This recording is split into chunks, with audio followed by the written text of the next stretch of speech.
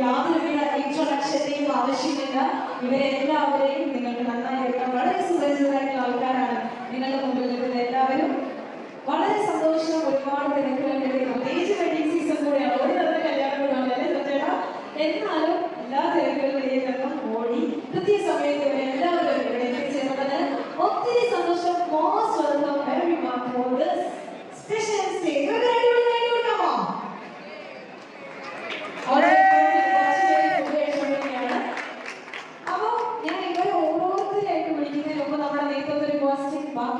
ഇവരുടെ സമക്ഷത്തിൽ പറയാമല്ലേ ആഗ്രഹം?